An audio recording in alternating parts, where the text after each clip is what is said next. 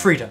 A two-syllable word with 1,000 meanings. Which matters more, my freedom to swing my fist, or my freedom to punch you in the face? Scholars remain divided. But there's one type of freedom that's the queen of freedom, yea, the robust trunk and turgid root of the great tree of liberty itself, and that is our most fundamental freedom, the freedom of speech. Unfortunately, that freedom is now under attack by leftists. I mean, just look at all these hot takes. The left is killing free speech. The left is silencing free speech. The left turned against free speech. The left wants to suppress free speech. The left is assaulting free speech. The left is stifling free speech. The left is silencing free speech. Leftist terrorists are at war with free speech Gooby. Fuck! This sounds pretty bad. Luckily, one hero has emerged to champion freedom once again, and that man is no less than YouTube's own Dave Rubin, a man who loves freedom more than life itself, a man who may disapprove of what you say, but will defend to the death your right to appear on his program and spout racist bullshit without interruption or objection, a man who's prepared to water the tree of liberty with his own tears. Are you tearing up? You did something. No, it's the lights are getting me. Was it the lights, Dave? Are you sure it wasn't freedom?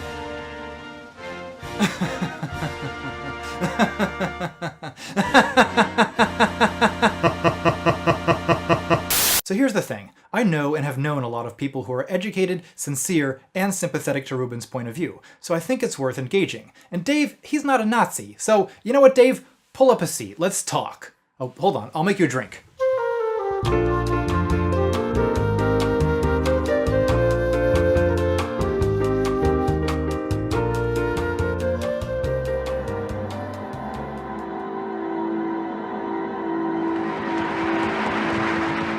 Fire! Fire! Fire! Fire!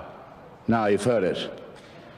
Not shouted in a crowded theatre, admittedly, as I realize I seem now to have shouted it in the Hogwarts dining room.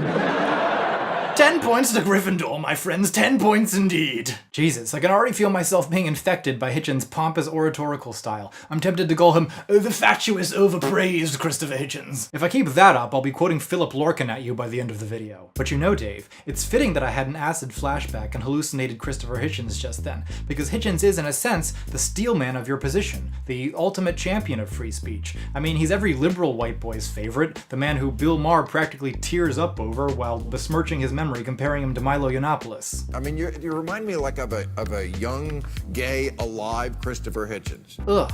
The point is, if I choose Hitchens as the representative of my opponent's position on free speech, surely no one can accuse me of strawmanning. So tell me, Acid Hitchens, what does free speech mean to you?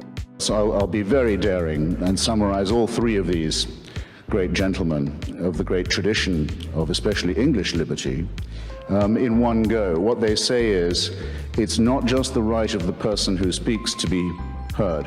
It is the right of everyone in the audience to listen and to hear.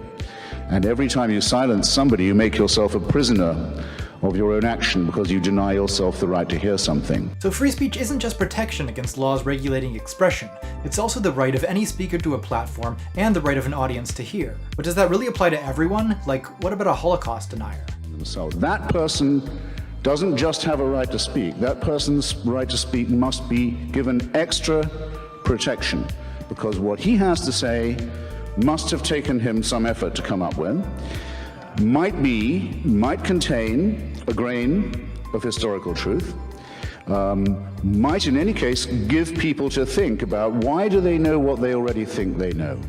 How do I know that I know this except that I've always been taught this and never heard anything else? So not only does a Holocaust denier have a right to speak, but, in this view, because what they say is marginal, we actually have a duty to provide special protections to make sure that what they have to say is heard. This is a huge, all-inclusive, and very nuanced notion of free speech, and Hitchens isn't making it up. It comes from John Stuart Mill, one of history's great social justice warriors. According to this view, the right to free speech goes way beyond anything guaranteed by the US Constitution. It takes into consideration not just legal restrictions, but also the social pressures that can silence nonconformists in marginal viewpoints in subtle ways. And you know, Dave, I like that you and Hitchens have this very advanced conception of free speech. The idea that we should protect and perhaps even amplify minority viewpoints is one that I share. So great, we actually start from a point of philosophical agreement. Where we disagree is in the application, the main point of contention being which speakers are truly marginalized and in need of special protection. And I think the best way to flesh out that disagreement is to consider the accusations that the left has it out for free speech. In my experience, the big pieces of evidence usually brought out against the social justice warrior left are prohibitions against hate speech, trigger warnings, safe spaces, and deplatforming. In this video, I'll cover hate speech, and the rest of it, well, we'll get to that soon, Dave. We'll get to that real soon.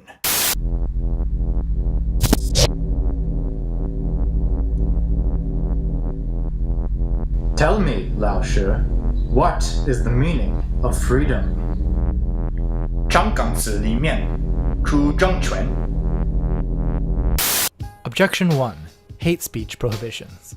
Unlike the accusations regarding trigger warnings and safe spaces, the suggestion that the prohibition of hate speech violates the right to free speech is at least not completely frivolous. I think this is worth taking seriously. Now, free speech prohibitions exist at 3 levels. At the highest level, there are legal prohibitions, such as the prohibitions against displaying Nazi imagery, which have allowed Nazis to get my anti-Nazi videos banned in much of Europe. Speaking as a freedom-loving American, I find these laws clearly in violation of what the right to free speech protects. I mean, what? The Führer is gonna make it illegal to display a swastika now? What is this, Nazi Germany? At the middle level, there's institutional prohibitions, such as those that prohibit hate speech in particular settings, such as universities or the workplace.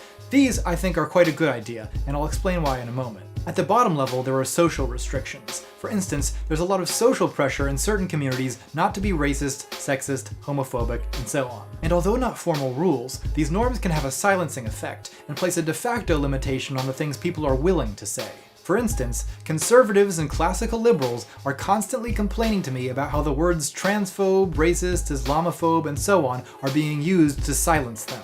And in a sense, they're kind of right. I mean, people are saying those things to you because they want you to stop saying what you're saying. But of course, this is pretty microscopic as far as restrictions on free speech go. So I guess you might say it's a sort of free speech microaggression, right?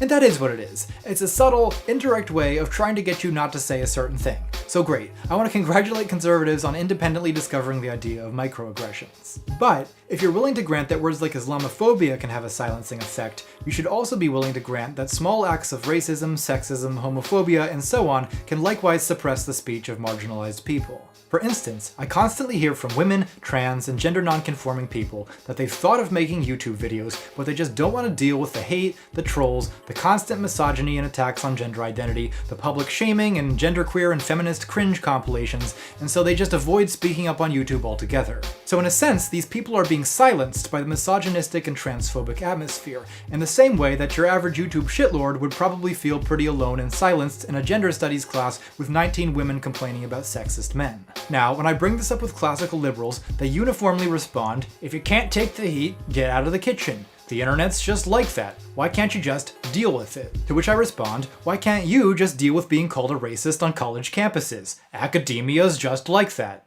And whatever you say to that, there's the answer to your question. So if you adopt a sophisticated view of free speech, you have to contend with the following contradictory situation. There are many instances where you have to choose between suppressing one person's speech or another's. The fact is, there is no true neutral when it comes to free speech. It's literally impossible to protect everyone's speech equally because some forms of speech tend to dampen other forms of speech. So there comes a point where you have to choose whose side you're on. In this case, do you want to defend the speech of misogynists or the speech of women? Racists or people of color? Homophobes and transphobes, or queer people? And I'm not talking about passing laws here, I'm talking about establishing norms of discourse. And what I notice about you, Dave, and about much of your audience, is you only ever seem to stand up for the right of people not to be silenced by slurs like racist and transphobe, and in fact, you present the topic like it's the most important political issue in the world right now. But on the subject of how bigoted attitudes and speech may silence women, people of color, queer people, and other marginalized groups, you seem to have absolutely nothing to say. There's endless catastrophizing from classical liberals on YouTube and elsewhere about how policies prohibiting transphobia in the workplace, including intentional misgendering, are a terrible limitation on the freedom of speech of transphobes. But these same people give no concern whatsoever to the way in which a hostile environment where, for instance, a trans employee's gender identity is constantly disparaged and disregarded might itself have a silencing effect if it doesn't pressure trans people out of the workforce altogether. And I can't help but look at this and conclude that you've taken a side in an ideological battle, while pretending all the way that you're simply defending the supposedly completely neutral value of free speech. Well, don't think we don't notice which instances of speech you choose to defend, and this doesn't just apply to Dave Rubin either. Let's see what Hitchens, so passionate in his defense of the Holocaust denier's right to a platform, has to say about protecting the speech of women, queer people, and people of color.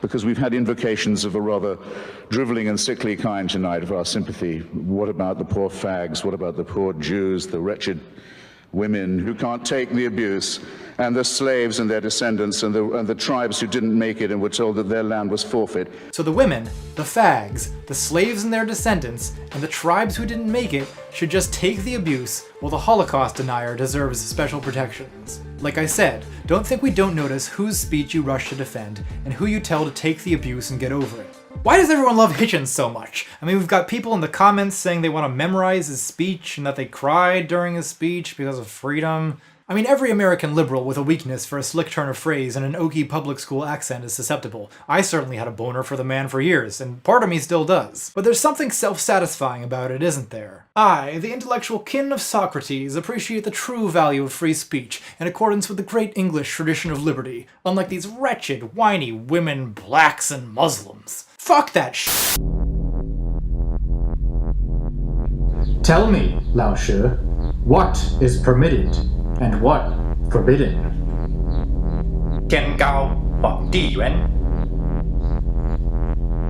The truth is that there are always explicit or implicit limitations on the kind of speech that's acceptable, and there are major restrictions that no one complains about, not even Dave Rubin. For instance, there's a whole lot of stuff that you aren't allowed to say or do in a YouTube video. If there weren't, there would be a whole lot more full penetration on this channel, I can tell you that. Just multiple camera angles of me being ruthlessly pegged by a giant woman in a lizard mask. And sure, maybe that's not what Milton had in mind when he wrote the Areopagitica, but do you believe in freedom or not, Dave? And okay, I guess obscenity and hate speech are maybe not equivalent examples, granted, but even the staunchest defenders of free speech all seem to have instances where they're willing to make exceptions. For instance, Hitchens claims at the beginning of his free speech lecture that he's willing to tolerate any interruption, no matter how abusive.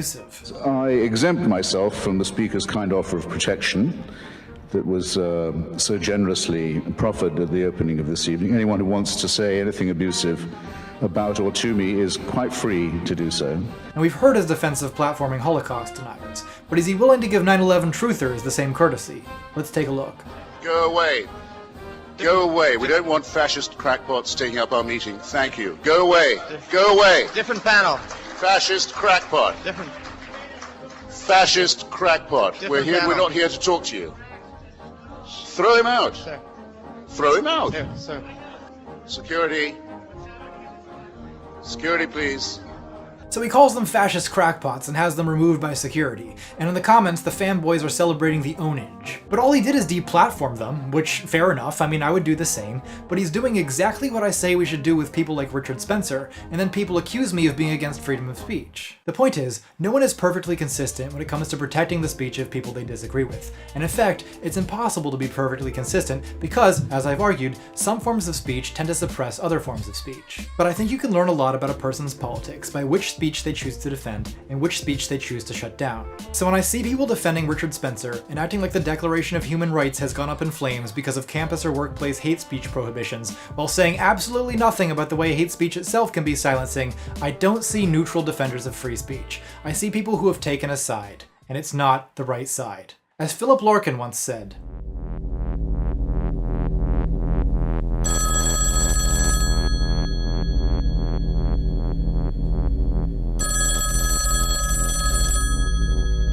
Well, are you going to answer the phone?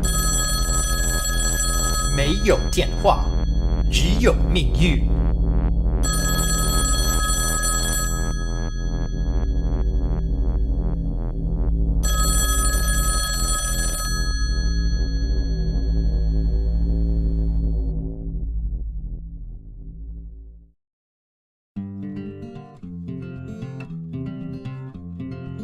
Special thanks to James Rands, who's been very unjustly excluded from the credits until now. And, for the last time reading the entire roster aloud, at least until the failure sets in and I have fewer patrons again, a very special thanks indeed to Aaron Ho, Aislinn, Amy August, Alejandro Herrera, Alexis Goldusky, and huge pair of goggly eyes and a flaccid penis, 2006 video game, Angelina Beast Mode, Annoyance, Ariel Elliott, Arvid Horned, Art Souls, Butseps, Brainflower, Carter Kalchik, Cap and Bubs, Chanticleer, Chris Trastero, Computer Pupper, Connor Morris, Crispin Alexander Steichert, Daniel Stewart, David Adrian Matadel, David the Benevolent Malevolence, you bastard with your hard to pronounce name, Elias Jackson, Elton, Eris, Ewan, Felipe Villasenor, Feral Kimchi, Vernacular, Flicky, Forer, Garrett Lassie, Get Dunked On, Heronine Addict, Heterodox, J. Michael Comfort, Jason Walter, Jennifer German, Jessica Hazard White, Joel Casas, Jonas Arentorp, Jonathan Messino, Kat Stass, Krister Svanland, Mallory Ellen, Margaret Pless, Manfred Ghost Puncher, Max, Michael C. Johnson, Mickey Rao, Mitchell Reedman, Nick Wolf, Neil Tack, Stealer of Souls, No, Olivia Mello, Percy Steamboat, Philo, Pofo, Problematic White Bitch, Rational Disconnect, Raymond Heinrich, Bree Mansell, Rob Holtz, Robert Phillips, Roman Oyashev, Romy Koya, Sarika Vulcan, Sean Wallace, Space Kitty, Step Back, Sophie C., Thea Williams, Theodore Warner, The Coffee Cup, Tom Martell, Top Pupperanian, Unknown Email, Vera, Vladlina Kostasku, Voron, Wesley Loving, your friendly neighborhood anarchist, and the rest of you glorious contrarians. God bless you all. God bless America. If you want to join this weird cult, then link to my Patreon's in the description.